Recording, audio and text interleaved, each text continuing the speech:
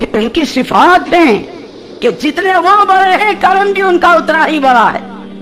تنہ طرح بلا شرکت غیر اپنی قدرت کاملہ سے کرنا، کوئی اس کا ثانی نہیں، کوئی اس کا مثل نہیں.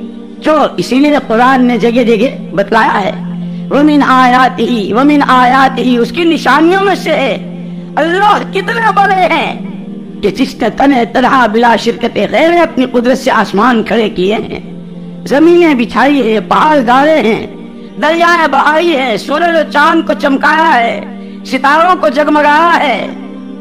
کہ اللہ بہت بڑے ہیں. جنتیں اس نے بنائی، اس کے اندر کی تمام نعمتیں اور نعمتیں اس نے بنائی.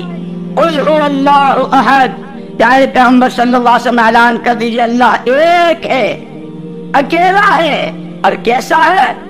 اللہ الصمد، بے نیاز، کہیں سے کہیں کسی شکل میں وہ کسی کا محتاج اور پابند نہیں. اور کسی درخت کا پتا، ریت کا ذرہ، پانی کا قطرہ، کوئی مخلوق اپنی جگہ سے حرکت نہیں کر سکتا اس کی مشیت کے بغیر. کیا وہ سب کچھ کے بغیر سب کچھ کر سکتا ہے، اور سارا سب کچھ مل کر کچھ نہیں کر سکتا. کہ جتنی اللہ کی عظمت، جتنی اللہ کی بڑائی دلوں میں اترے گی، پھر اس کی طرف سے آنے والے احکامات، کہ اللہ جتنے بڑے ہیں اس کے احکامات بھی اتنے ہی بڑے. اللہ جتنے بڑے ہیں ان احکامات کی پیروی پر ان کی رضا بھی اتنی ہی بڑی ہے. اللہ جتنے بڑے ہیں ان کی نافرمانی بھی اتنی ہی بڑی ہے. اور اللہ کی نافرمانی جتنی بڑی ہے اتنی ہی ان کی ناراضگی بڑی ہے.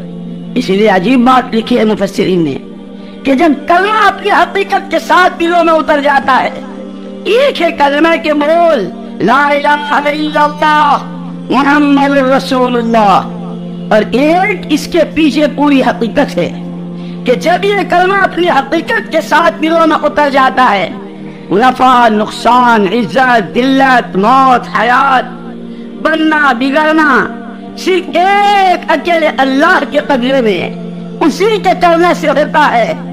آج تک جو ہے اور اس کے کرنے سے، جو ہو رہا ہے اسی کے کرنے سے، اور جو ہوگا وہ اسی کے کرنے سے.